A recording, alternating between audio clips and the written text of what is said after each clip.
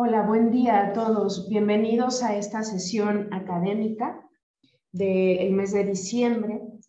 El día de hoy tenemos el gusto de contar con la doctora Marta Ochoa, médico psiquiatra, adscrito al Centro Médico Nacional 20 de noviembre del ISSSTE por parte del Servicio de Psiquiatría, Neuropsiquiatría, Neuropsicología y Psicología desde enero de 2016. Cuenta con más de 30 años de experiencia. Fue jefa de la División de Posgrado en el Centro Médico Nacional 20 de noviembre y, bueno, en la actualidad cuenta con más de 25 publicaciones nacionales e internacionales y pues es parte de es miembro en varios comités médicos. Le doy la bienvenida a la doctora que nos va a acompañar el día de hoy con el tema de adicciones en niños y adolescentes. Doctora, bienvenida. Le cedo la palabra. Muchas gracias por la invitación, doctora Ocampo, también a Laboratorio Bequimed y a la Asociación de Patología Dual. Y pues adelante, vamos a empezar con el tema muy interesante, por cierto, sobre lo que es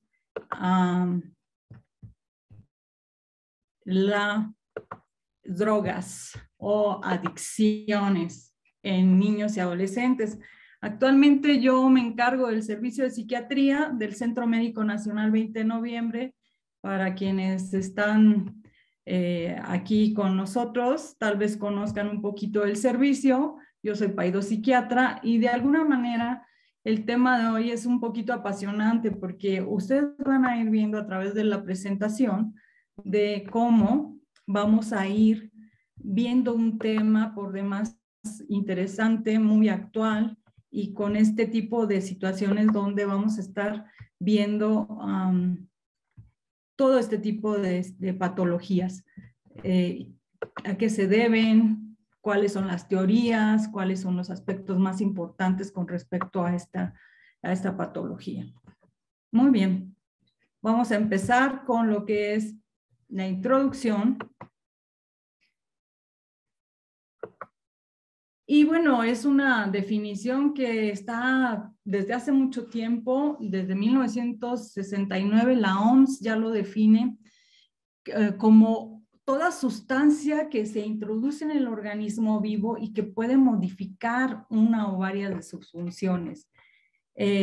Las conductas suicidas y el consumo de sustancias psicoactivas son potencialmente dos de los problemas que más impacto causan en la salud pública mundial, singularmente en los jóvenes. Todos sabemos que esta adicción, consumo de drogas inician generalmente en la adolescencia. Entonces, se define una droga como una sustancia que al ser introducida al organismo es capaz de alterar o modificar una o varias funciones psíquicas. Se induce a repetir su autoconsumo por el placer que genera y al cesar el consumo puede producir malestar somático y psíquico. Entonces, estas drogas no tienen, por supuesto, una indicación médica. Hay definiciones que son muy importantes antes de entrar en el tema que tenemos que comentar. ¿Qué es el uso? El uso es el consumo de drogas que por su cantidad y por su frecuencia no se refleja en el individuo y que implica un consumo aislado, ocasional, episódico, sin ningún tipo de tolerancia ni dependencia. O sea, todos podemos consumir, pero no todos vamos a causar una dependencia con este uso de drogas. El abuso, en cambio, es el consumo de drogas que por su cantidad y por la frecuencia que conlleva, hay alteraciones ya en la salud, en el entorno del individuo y causa ya problemas a nivel laboral, familiar y hasta de tipo legal. Entonces, estas definiciones son muy importantes porque vamos a estar viendo que al desarrollarse el tema, vamos a estar comentando, sobre todo con esto que es la compulsión, que es esta ansiedad y este estrés que se experimenta para realizar una acción convulsiva y el alivio que se siente al realizarse, que está asociado a estos mecanismos de refuerzo negativo y automatismo. Y el impulso, no hay adicción sin compulsión y sin impulso. Está caracterizado por una sensación de tensión creciente. Antes del acto impulsivo hay una sensación de gratificación, de recompensa al realizado. Hay como una especie de expectativa con respecto a esto. Entonces, sí es importante definir además qué es la abstinencia. La abstinencia es el conjunto de síntomas y signos que se caracterizan por la deprivación de un individuo de una sustancia psicoactiva. También hay lo que se conoce como una adicción compulsiva, que es el consumo permanente de una sustancia que genera conductas un tanto aberrantes al obtenerla. Entonces, estas definiciones son importantes porque nos van a llevar a un cuadro de dependencia o de adicción, que va a ser un trastorno ya desadaptativo de consumo que conduce a un deterioro o un malestar clínico significativo expresado por 3 o más de los siguientes ítems en un periodo continuado al menos por 12 meses. O sea, lo que estamos hablando ya es cuando ya tenemos un problema y entonces vamos a tener síntomas. Y tiene que suceder este tiempo para que nosotros lo consideremos como un trastorno por abuso de sustancias. Este trastorno es definido por la compulsión o la búsqueda de ingesta de esta sustancia, la pérdida de control en su ingesta, la emergencia de un estado emocional negativo, resultado de la abstinencia de dicha sustancia. Entonces, este trastorno va a incluir lo que es la impulsividad y lo que mencionábamos que es la compulsión y que compone el ciclo de adicción. Esto es lo último que se ha estado investigando y que se está manejando como una conducta que tiene que ver y se asocia mucho con lo que son los atracones o los problemas en la comida, en el consumo de comida, al igual que las adicciones, como que tienen los mismos circuitos para establecerse, que más adelante vamos a ver. Entonces, esto es definido como un trastorno crónico recidivante y que está compuesto por la compulsión de la búsqueda e ingesta de la sustancia, la pérdida del control en su ingesta, en la emergencia de un estado emocional negativo, resultado de la abstinencia de dicha sustancia, y incluye la impulsividad y la compulsión en el ciclo de la adicción.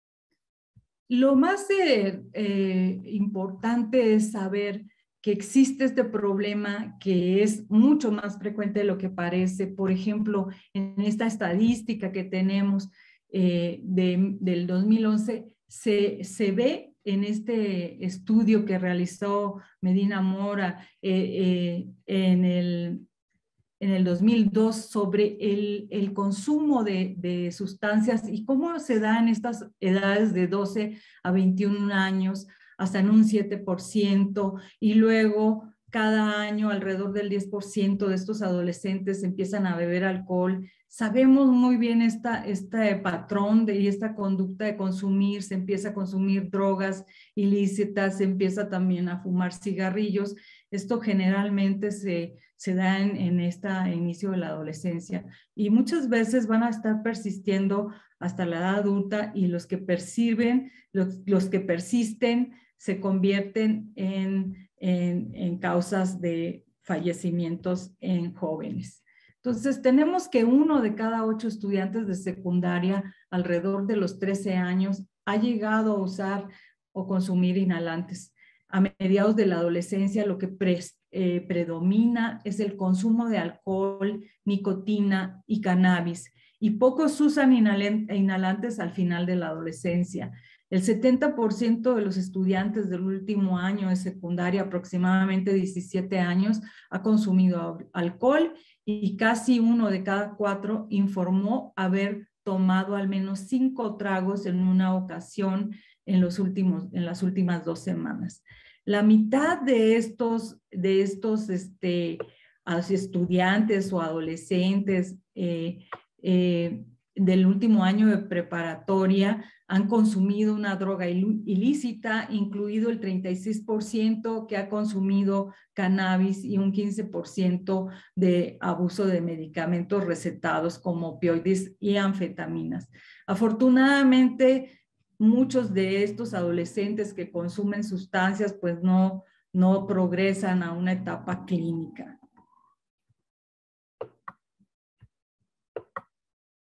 La epidemiología en México nos habla de que hay más hombres que mujeres, a razón de 7 hombres por cada 3 mujeres que consumen, según la encuesta mexicana de salud mental en adolescentes que se realizó con una muestra de 3,005 adolescentes en la Ciudad de México.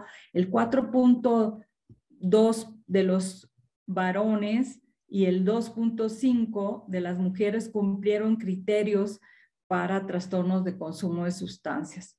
Pero ¿qué creen? Pues el consumo en mujeres ha ido en aumento, o sea, hasta creo que en eso hemos ido igualando pues muchos de los patrones de los varones. Aquí lo que hablan en este artículo de Rutel es que el 60 al 80% tiene en comorbilidad un trastorno de conducta. Y eso lo vemos mucho los psiquiatras infantiles, o sea, que están asociados generalmente a uno de estos padecimientos, por ejemplo, el trastorno por déficit de atención, hiperactividad. El 15 al 25% va a tener un trastorno depresivo y el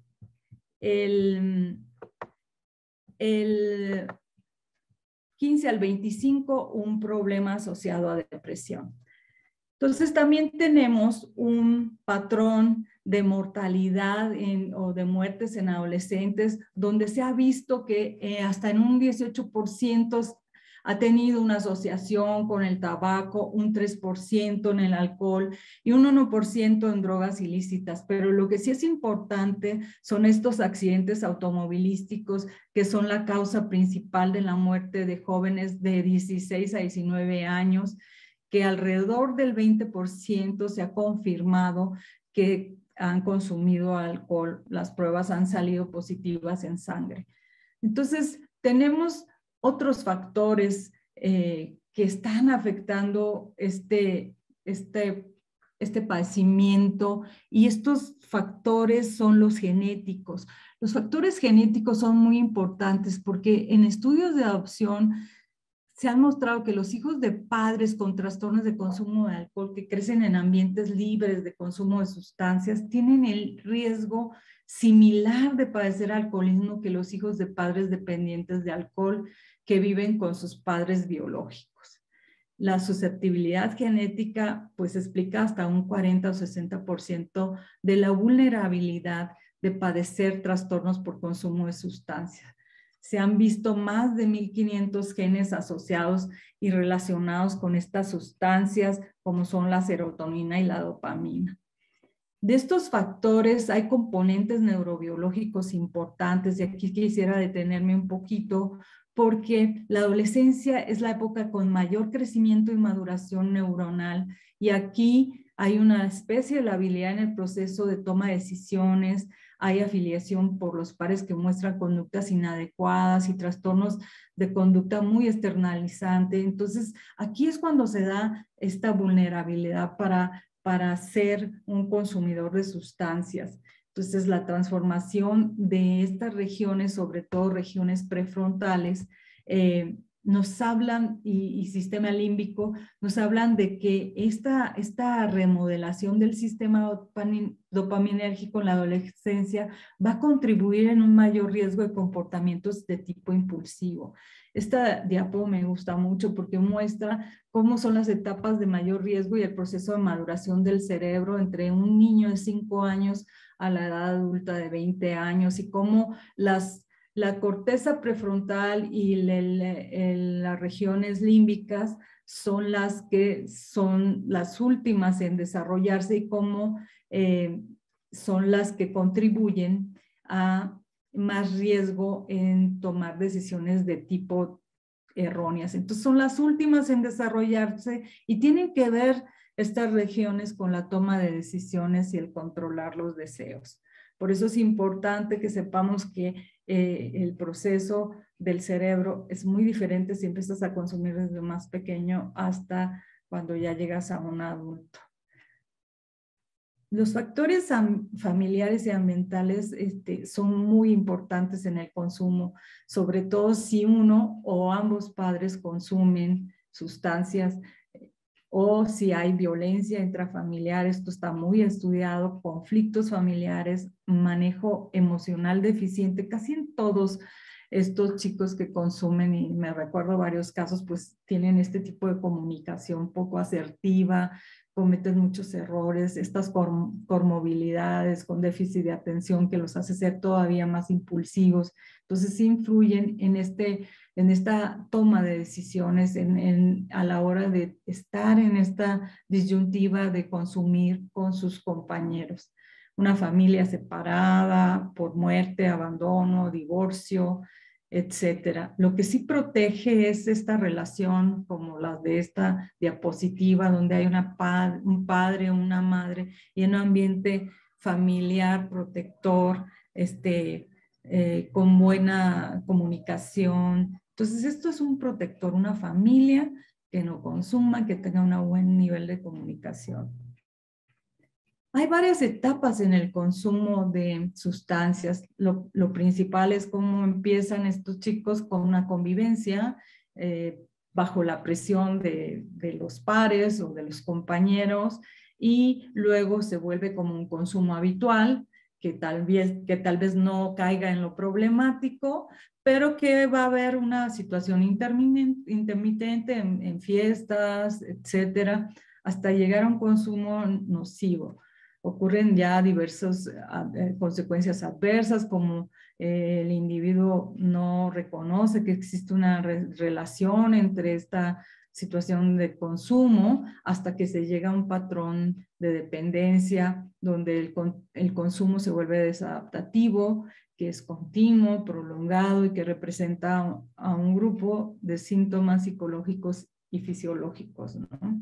Entonces, vamos a ver otra de las tendencias que es como lo último que se ha empezado a ver, que es la neurobiología de las adicciones. Y fíjense, curiosamente empieza todo con este experimento descubierto en 1954 por James Salz y Peter Milner, en donde implantaron este famoso circuito, implantaron electrodos de estimulación, y donde se vio este circuito de recompensa a través de estimulación eléctrica en las zonas cerebrales, que ahora conocemos como sistema de motivación y recompensa o reforzamiento.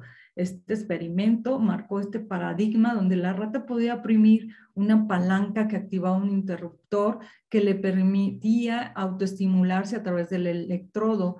La rata era capaz de autoestimularse hasta 2000 veces en una hora, ignorando otros estímulos, comida, agua o sexo. Entonces, ahí es donde se empieza a estudiar este circuito de recompensa, y ahí es donde empezamos a ver cuáles sustancias y cuáles regiones estaban involucradas en este circuito de recompensa. Entre ellos esta área ventral tegmental, el hipocampo, la corteza prefrontal que ya hemos comentado, el núcleo estriado, la amígdala, el núcleo accumbens. Entonces, una serie de regiones que más adelante se empezaron a estudiar ya con las sustancias específicas. Por ejemplo, en el caso de la nicotina, que incrementa la producción de dopamina en estas neuronas ventrales, donde está también la cocaína, donde se facilita la liberación de dopamina en estas terminaciones neuronales, en el núcleo accumbens.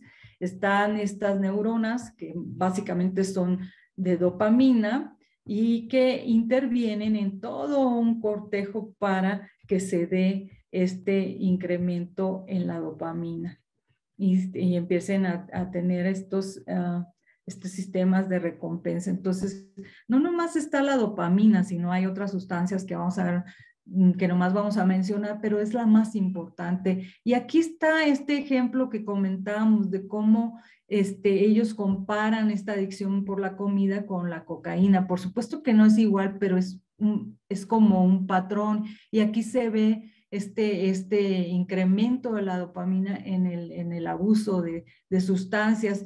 Y, por ejemplo, se ve esta respuesta en la cuestión de la dopamina con la comida, es una respuesta alterada, pero en el caso de la cocaína, pues es un total desorden en cuestiones de los receptores dopaminérgicos, pero se hace una comparación con ambos problemas. Y esta es una gráfica súper interesante donde nos señalan pues los colores. Esta es la gráfica del alimento en horas y cómo produce este estímulo gratificante en diferentes eventos. Por ejemplo, en el sexo, aquí tenemos esta gráfica en azul bajito, en la nicotina, en el alcohol, o sea, todos van incrementándose hasta disminuir, pero vean la curva de estas sustancias que son mucho más adictivas, como la cocaína y la morfina, que son más estimulantes que el alimento y cualquier otra cosa. Por eso este experimento de las ratitas, pues sí es importante para entender estos mecanismos. Esto es las vías dopaminérgicas que nada más quiero comentarles porque generalmente pues es la dopamina la que se traduce en este tipo de adicciones, aunque tenemos otras como la GABA, la dopamina que está aquí y el glutamato. Que esto es una gráfica como un modelo dinámico de la adicción, donde involucran los mismos centros cerebrales como el estriado dorsal, el núcleo accumbens, etcétera. Y teníamos esta teoría del atracón y la intoxicación que tienen que ver con las mismas vías. Estas sustancias también activan el sistema de recompensa directamente. La recompensa es este evento que aumenta la probabilidad de una respuesta a una retroalimentación de tipo positiva. Y están involucrados todos estos sistemas a nivel cerebral. Generalmente esto es esta gráfica nos habla de las interacciones en el procesamiento emocional. Aquí tenemos esta otra donde hay reforzadores para el abuso de drogas que están promoviendo estas vías de incentivos que buscan la gratificación a través del consumo. Y aquí están estas áreas, la área tegmental ventral, la sustancia negra, el núcleo accumbens, o sea, son varias regiones y varias sustancias que ya mencionamos que están involucradas.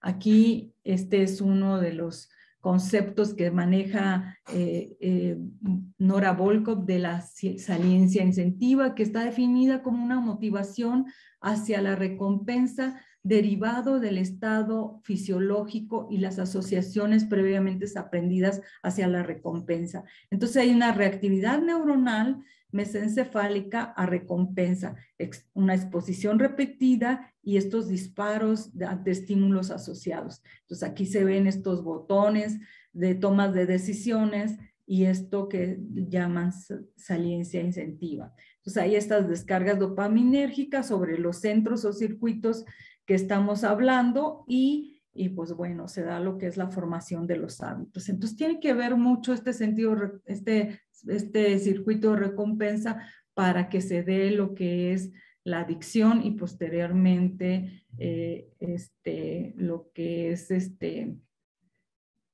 a otros estados. Entonces la abstinencia también nos da estos estados negativos que son al principio emocionales, que tienen que ver con la irritabilidad, la disforia, etcétera, y que aumenta el umbral de recompensa de neuroadaptación, de disregulación en los centros moduladores y que nuevamente aparecen las mismas regiones. Entonces, hay esta anticipación y esta preocupación en estos trastornos de uso de sustancias y tienen que ver mucho con estas descargas en estas regiones neuronales. Y en la abstinencia, pues está este factor que se ha asociado a los estados de craving. Y esta es nuevamente otra gráfica donde demuestra esta respuesta emocional sobre el control cognitivo, la función ejecutiva y de memoria que tienen que ver con la amígdala, la ínsula, el hipocampo, la corteza, que tienen que ver con estas dos sustancias. Pero ¿qué es el famoso craving? Yo quise hacer este paréntesis porque en inglés crave significa ansiar y anhelar, que es el deseo. No es otra cosa más que el deseo por consumir drogas. Es un factor esencial en la dependencia y mantenimiento de la abstinencia. Y es importante porque esto es lo que se trabaja durante el abandono terapéutico y es causante de las recaídas después de largos periodos de abstinencia. Por eso tiene que ver con el analizar, afrontar, utilizar estos deseos para observar cómo desaparecen sin necesidad de consumo. Lo utilizan como parte de la terapéutica en algunos modelos. ¿Cómo vamos a hacer para ver estos casos? Primero vamos a examinar el estado general de salud del paciente, así como la existencia de enfermedades médicas concomitantes. O sea, no es lo mismo años y años de consumo donde ya se aprecia un daño a nivel cerebral o que el paciente tenga además algún otro tipo de enfermedades como epilepsia, un daño importante a nivel de otras áreas. Examinar esta comorbilidad pasada y actual es importante porque muchos se pueden beneficiar de algún otro tratamiento, ya sea que estén deprimidos o que tengan un déficit de atención. También identificar la existencia evolutiva del consumo de sustancias es importante, evaluar las conductas que pueden ser de mucho riesgo y otras cosas como si tienen conductas sexuales de riesgo, pues ver si no está contagiado de algunas enfermedades infecciosas, evaluar la conciencia de enfermedad y la motivación al cambio, determinar el funcionamiento psicosocial y el deterioro funcional, identificar pues lo que nosotros llamamos como fortalezas y soportes, como estas cartas motivacionales para los pacientes, etcétera. Lo que se está usando pues es para obtener este tamizaje, pues son algunos screening sobre todo los que están validados en México son el consumo de abuso y de drogas y algunas otras escalas. Y este es un tamizaje que encontré que por sus siglas CRAFT, que definen qué es lo que se tiene que preguntar por sus siglas en inglés, que la primera es CARD. ¿Alguna vez has abordado un automóvil manejado por alguna persona que estuviera intoxicada o que estuviera consumiendo alcohol o drogas? Es sí o no. La segunda es R, es ¿alguna vez has consumido alcohol o drogas para relajarte o sentirte mejor contigo mismo? La segunda es la A, que significa ¿alguna vez has consumido alcohol o drogas por tu cuenta mientras estuvieras sola o solo? La F, que es ¿alguna vez has olvidado cosas que has hecho mientras consumías alcohol o drogas? ¿Alguna vez tu familia o amigos te han dicho que deberías disminuir tu consumo de alcohol o drogas? Y esto es muy frecuente. Muchos de estos jóvenes empiezan desde temprano y empiezan a beber en esta forma social y de repente se pierden. Y estos casos son los que no se detectan con tiempo porque piensan que esta forma de consumir es como normal, entonces se van a fiesta, empiezan a beber, se dan las 2, 3, hasta como la canción, 4 de la mañana y siguen bebiendo y al día siguiente o no recuerdan o hacen cosas esto de sentirse avergonzado al día siguiente. Entonces, creo que esto es importante porque el no saberse que tienes un problema aquí es algo que se tiene que empezar a hacer como esta conciencia. Generalmente la describen los amigos o la familia, le dice, oye, ya no puedes medirte a la hora de tomar, ¿no? Entonces, la última, ¿alguna vez te has metido en problemas mientras consumías alcohol o drogas? Esto es importante saberlo, preguntarlo a los chavos. Y ahí es como este tamizaje para determinar que sí hay un problema en esta situación de consumo de drogas. Pero hay, bueno, de drogas a drogas, y aquí tenemos una especie de clasificación de drogas. Empecemos con los estimulantes, que muchos de estos lo que propician es este aumento de la alerta, la atención, y te hacen sentir como con mucha energía, pero a la larga nos van a producir problemas hasta de tipo médicos, hasta llegar a una psicosis, esto que manejan así como la propaganda de que ha sentido que paranoide, o sea, sí es uno de los síntomas más frecuentes, sobre todo con los estimulantes. Pero están los depresores del sistema nervioso central, que son medicamentos que más bien enlentecen la actividad cerebral. Yo recuerdo que algún adulto que yo traté que ya consumía cocaína, pero la cocaína ya no le hacía y entonces tenía que pedir benzodiazepínicos para que pudiera hacerle porque ya no tenía este efecto. Entonces tenía que utilizar una mezcla de sustancias para poder sentir lo que al principio. Entonces, pues esto es importante saberlo. Los alucinógenos, que son sustancias que pues, nos van a distorsionar la percepción de la realidad y que a largo plazo pues nos van a producir estas pérdidas de memoria, ansiedad, depresión, etcétera.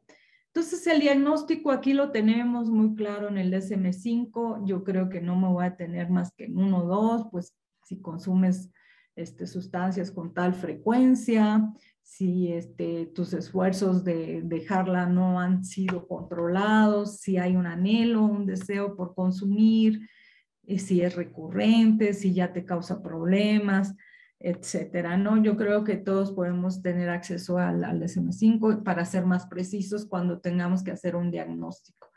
Pero entonces, ¿cómo lo vamos a abordar? Estos trastornos por uso de sustancias son prevenibles y tratables. Eso es cuando inician.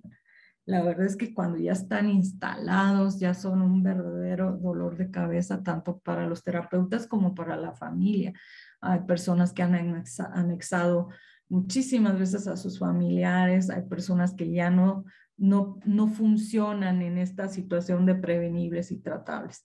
Pero se supone que podemos hacer algo para prevenir en estas. Yo sinceramente en nuestros programas y esto de prevenir no le he visto mucho éxito, pero en fin, existen tratamientos que podemos utilizar para dar este abordaje. Entre ellos está utilizar la medicación, sobre todo las técnicas de intervenciones conductuales y los apoyos con estos grupos.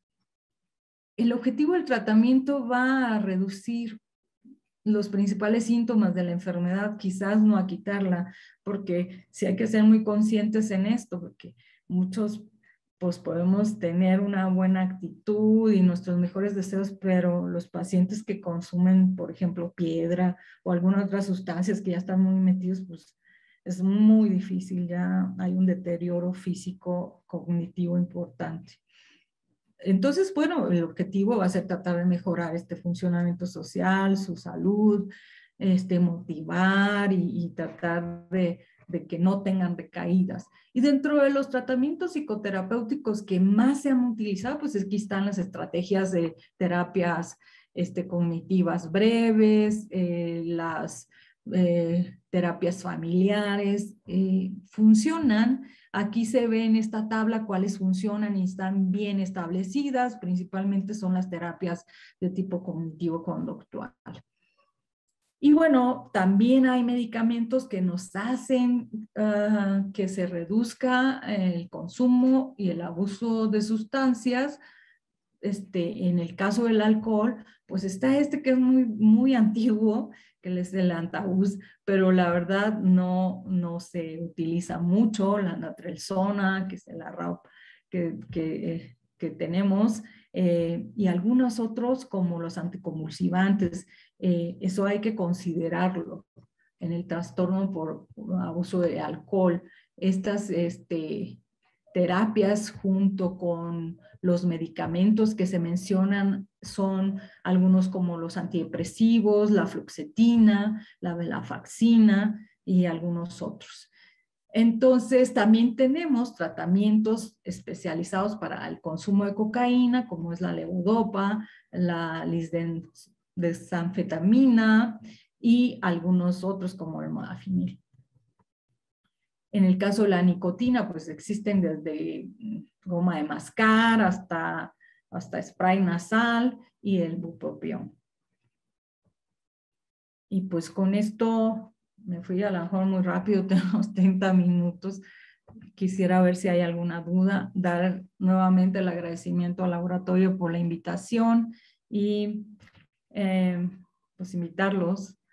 Este es el próximo lanzamiento de nuestro libro, donde está un capítulo especial donde hablamos del abuso de sustancias en niños y adolescentes.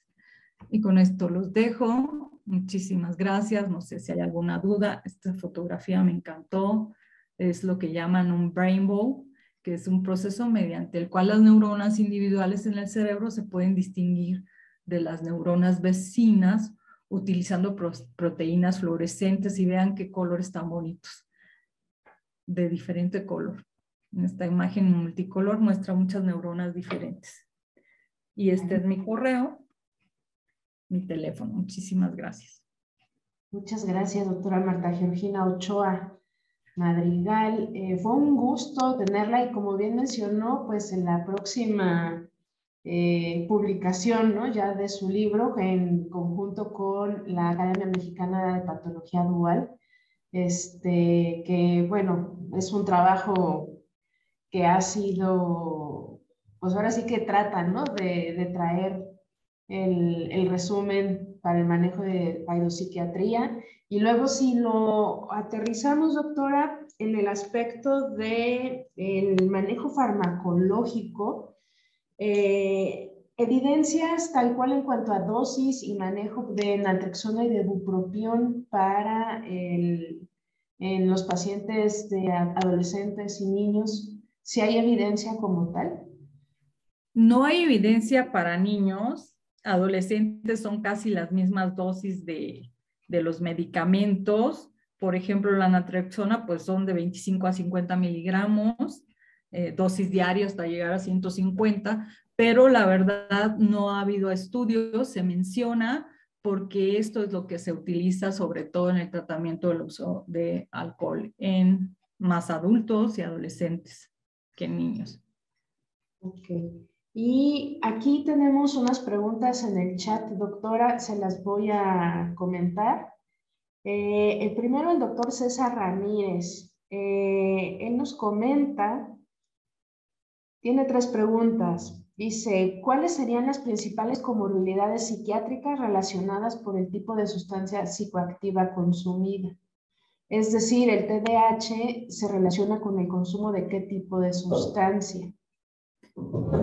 En general, de todas las sustancias. Hemos visto que los niños que tienen trastorno por déficit de atención tienen más probabilidad a consumo de drogas. Inician con alguna droga primero como la droga de inicio, a veces el tabaco, luego siguen con alcohol y posteriormente con marihuana. Pero ya cuando se quedan ya empiezan a consumir diferentes tipos de estimulantes, porque yo creo que lo buscan como una especie de remedio, porque les estimula mucho, pero al mismo tiempo les causa ansiedad. Entonces, muchos de los papás que tienen hijos con déficit de atención, lo que me llegan a preguntar casi de rigor es si mi hijo, al darle este estimulante, que es el metilfenidato, que es el tratamiento de elección, de primera elección para el déficit de atención, va a causarle adicción. Y yo lo que le contesto es que si no se lo damos, sí. O sea, o lo que se ha visto en la literatura es que cuando ya hay un consumo y sí se les da estimulantes, pues entonces ya es como una adicción, pero más bien previene el metilfenidato. Entonces, cualquier tipo de droga se ha visto en estos niños porque muchos se asocian a trastornos de conducta y la adolescencia de por sí causa rebeldía, entonces sí hay conductas de mucho riesgo, tengan o no TDA. Y lo otro es que eventualmente van a tener un problema de depresión y de ansiedad, que son los principales que comentábamos en las diapositivas. Muy bien. Y este mismo doctor nos comenta que en términos de patología dual, que fue primero la adicción a la patología psiquiátrica, pero pues no se identifica, ¿no? Va a influir mucho el ambiente familiar, yo lo que veo mucho en estos chavos es el lugar donde viven. Ya en nuestro país, en cualquier lugar, o sea, yo si ahorita voy a un lugar que me han dicho mis pacientes donde venden, es sumamente fácil en todo el país. O sea, estoy hablando de aquí del DF, donde, o sea, yo sé porque pregunto y yo sé dónde la venden. Entonces, la venta es muy fácil y lo que tenemos es ambientes familiares que son conflictivos y lugares o regiones más vulnerables, sobre todo en estas regiones en el país donde hay delincuentes, ¿no? Estas zonas rojas de todos lugares, porque pues no podemos decir que aquí no hay, aquí sí hay, pero no se ve tanto como en otros lugares de la República. En Estados Unidos el consumo ahora es impresionante, sobre todo con estas sustancias que tienen que ver con anestésicos. Y lo que sí es que, pues bueno, no podría decirte que hay una sustancia en especial, pero sí es de muy fácil acceso y que sí influye el ambiente en el que se desarrolla. Muchos de los chicos que yo he visto es casi decirles, cámbiense de lugar.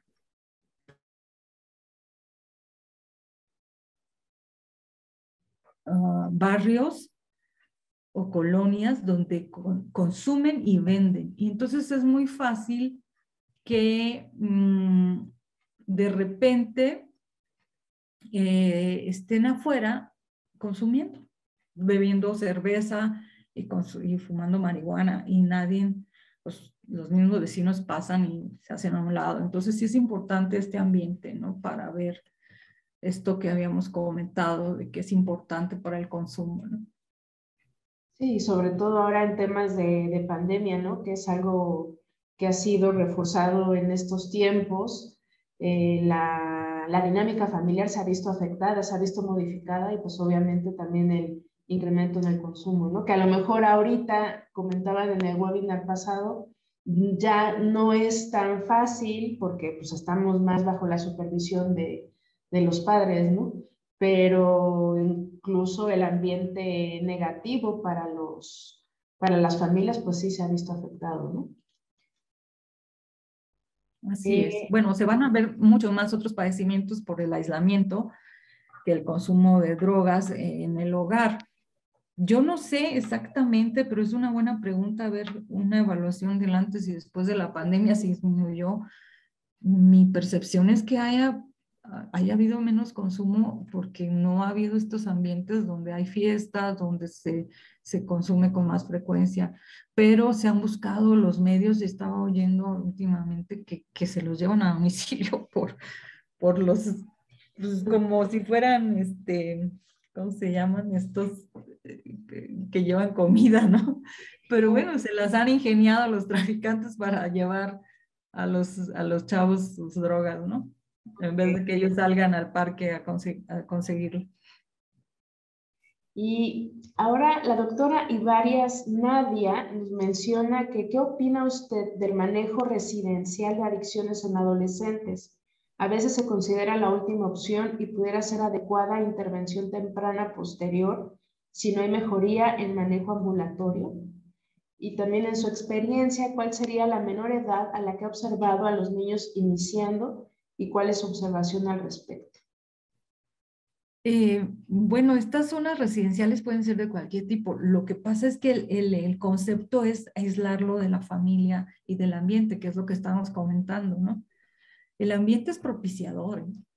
Si yo he tenido chavos que son dealers, o sea, que venden, pero aparte consumen. Y entonces el cambiarlos y el quitarlos de ese ambiente y ponerlos en estas zonas, estos lugares residenciales, pues sí ayuda. Sobre todo para quitar lo que es ya el abuso.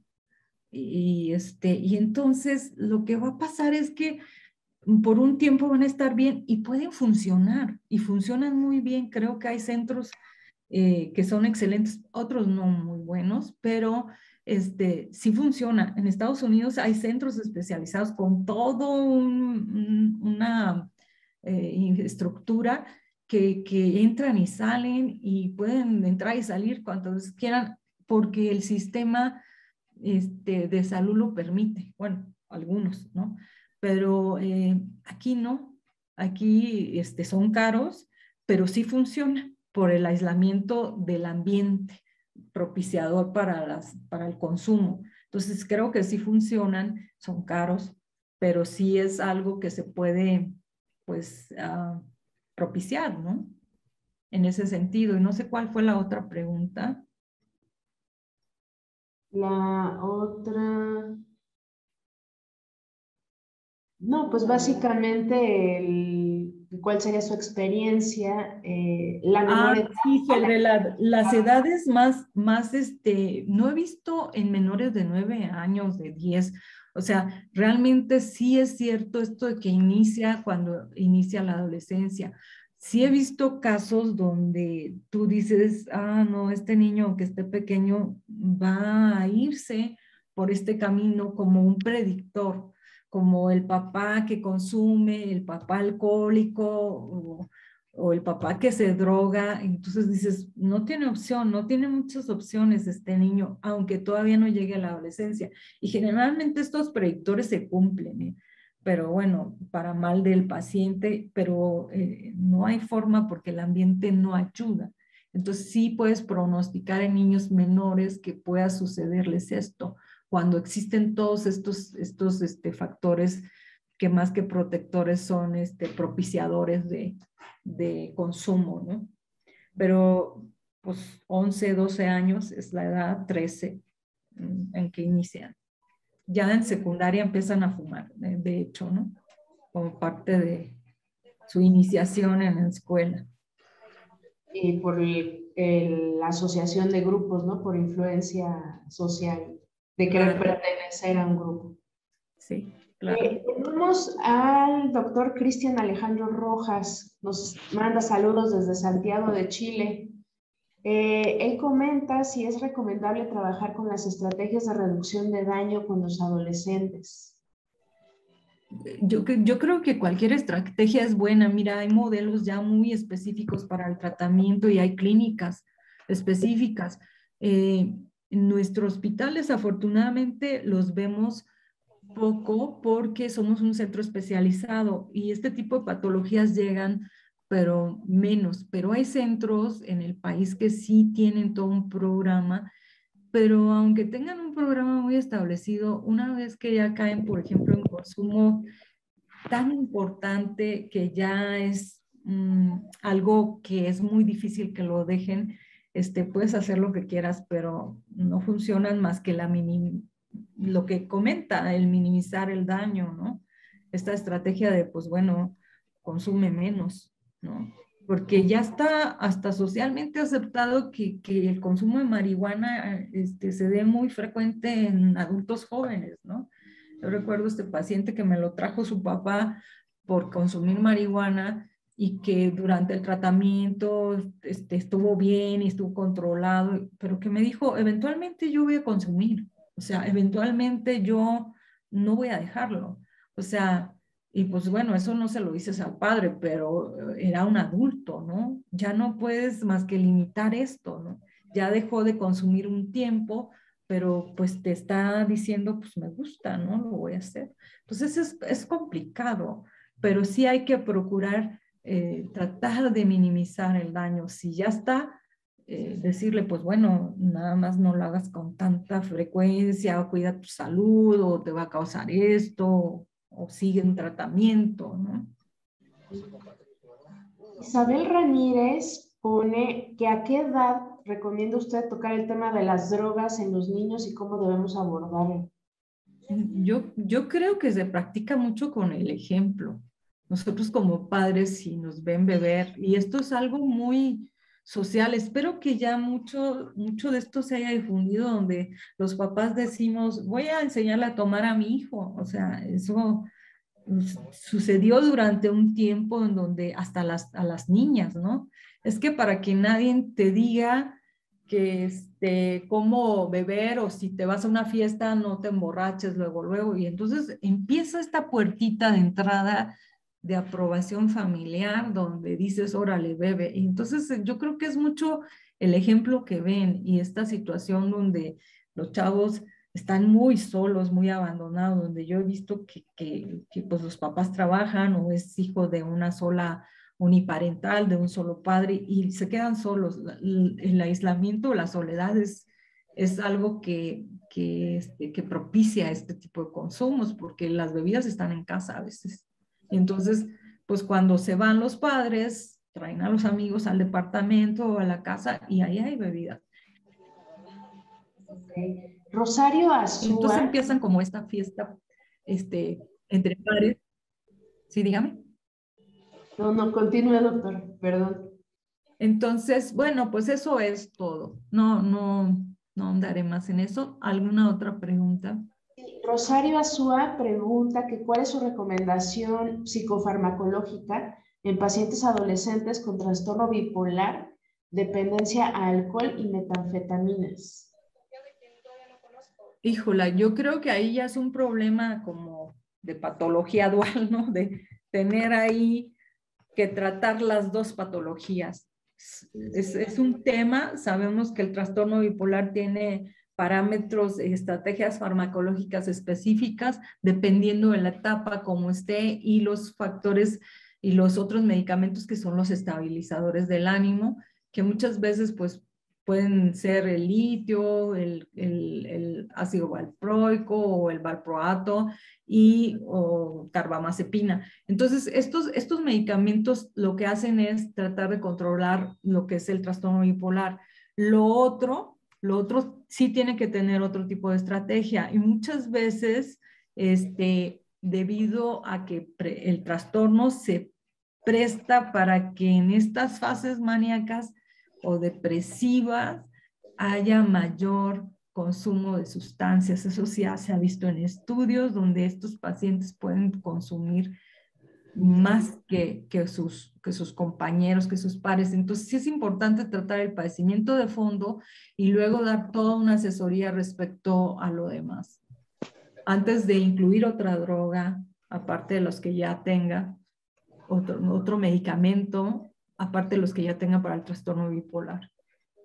Muchas gracias. Y aquí hay una que me inquieta un poquito, dice la doctora Nadia, hay varias, que en Puebla han observado inhalación de metilfenidato con el abuso del mismo en algunos adolescentes con TDAH. ¿Qué recomendaría para su manejo?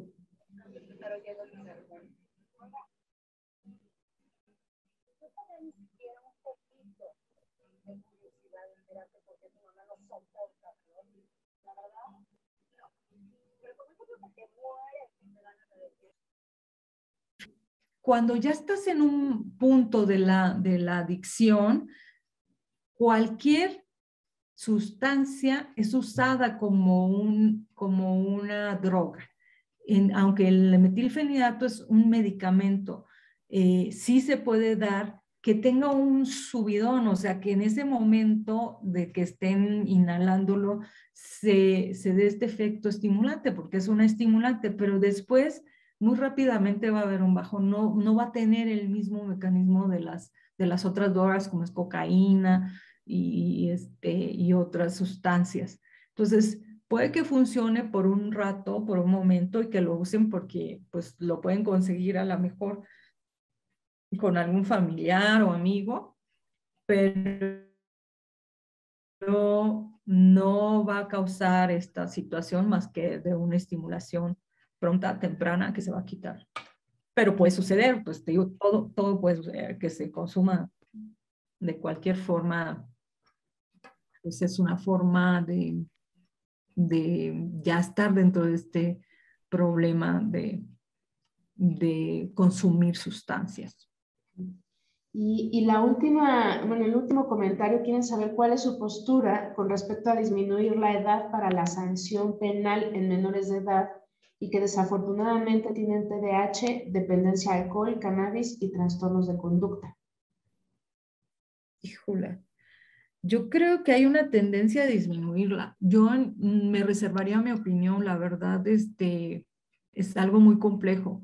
Yo creo que como Paido me inclinaría más en que un adolescente todavía no es un adulto y que todavía le falta mucha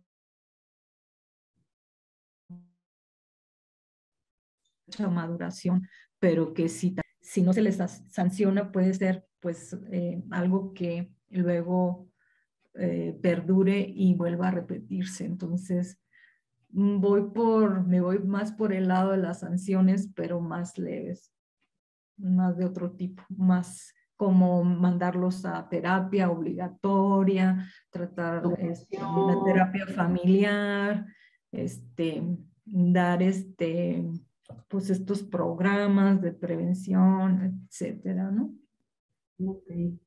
Pues muchas gracias, doctora Marta Georgina Ochoa. A los que mandaron sus preguntas por el chat, todavía no tenemos el libro de pseudopsiquiatría, pero les vamos a hacer llegar su libro de patología dual, que es el de aspectos clínicos y terapéuticos de la comorbilidad adictiva. Y también se les va a hacer llegar un correo electrónico para hacerles la invitación a formar parte del equipo de AMEPAD, en el cual pues, se van a empezar a desarrollar talleres, diplomados en relación al manejo de patología dual. Y también vamos a tener acceso a una aula virtual para poder tener interacción con los ponentes y pues que puedan tener todo el acceso a los webinars, a lo mejor biblioteca virtual. Entonces es un proyecto muy interesante y bueno, les vamos a hacer llegar sus constancias también. Y pues le agradezco mucho, doctora. Gracias por la aportación de este día, de este mes. Cerramos con broche de oro el año en webinars. Y pues los esperamos para el próximo año. La verdad es que le mandan saludos y muchas felicitaciones, doctora Marta, desde Chile hasta Veracruz. Estamos llegando ya a otros lugares y eso es pues muy gratificante para la AMEPAD. Muchísimas gracias y que tengan muy buenas noches. Muchísimas gracias por la invitación nuevamente y gracias a todos por haberme escuchado y próximamente se va a lanzar en enero el libro. Les vamos a dar fecha. Sí, muy pronto. Gracias. Hasta luego.